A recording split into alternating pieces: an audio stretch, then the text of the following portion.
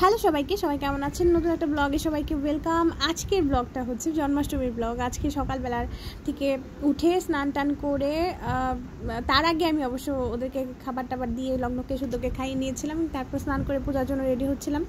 আর এই যে বাগানে অনেক ফুল ফুটেছিল আজকে, যে লগ্ন স্নান করে তাড়াতাড়ি চলে আসছে, কারণ ও আমার সাথে পূজার সময় থাকে, পছন্দ করে এই কাজগুলি করতে। ফুলগুলি সব উঠাই নিলাম, অনেকটা ফুল হয়েছিল আজকে।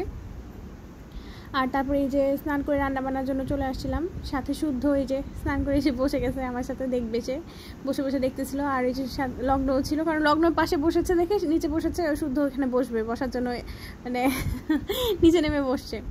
তারপরে এই যে তাল নিয়ে শুরু করলাম কাজ।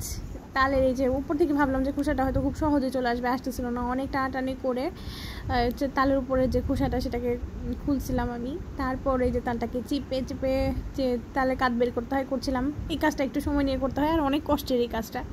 যাক, তারপরও বছরে কিছুদিন মানে সিজনে তো তালটা খেতেই হবে। আর এই যে তাল বড়া বানানোর জন্য আমি সব কিছু মাখিয়ে রেডি করে রেখে দিয়েছিলাম পাশে। আর ওই যে ক্ষীরটা এখানে অলমোস্ট হয়ে গেছে। এই ক্ষীরটার জন্য আমার অনেকটা দেরি হয়ে গেছে, কারণ দুধটা শুকিয়ে ক্ষীর হতে তো অনেক টাইম লাগে। তারপরে এই যে তালের বড়া, আর আমার কড়াই ছিল না, মানে আমি ঠাকুরের জন্য যে নিরামিষ বাসনগুলি করা লাগে ওটাতে আমি খেয়াল করে দেখলাম যে আমার একটা বেলুন পিড়ি আর কড়াই এটা ছিল না আর কি।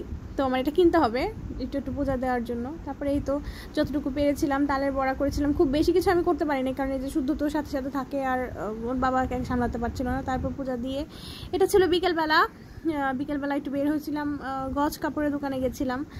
আমার ব্লাউজের লাগতো, ফলসের কাপড় লাগতো, আর টুকটাক কেনাকাটা ছিল সাথে। গেলাম, একটু বেশি সময় থাকি না এখানে, গিয়ে কেনাকাটা করেই তাড়াতাড়ি চলে আসছিলাম, কারণ বেশি সময় লাগে নাই আর কি, আমার হয়ে গেছিলো কাজ। তারপর বাসায় যে সন্ধ্যায় এসে আবার এই সন্ধ্যা প্রদীপ দিয়ে গোপসোনাকে একটু প্রদীপ দেখালাম। তারপর একটা ঘিয়ের প্রদীপ জ্বালিয়ে দিয়েছিলাম। আর শুভ জন্মাষ্টমী সবাইকে আবার বললাম। সবাই ভালো থাকবেন, সুস্থ থাকবেন। Thank you so much for watching my blog.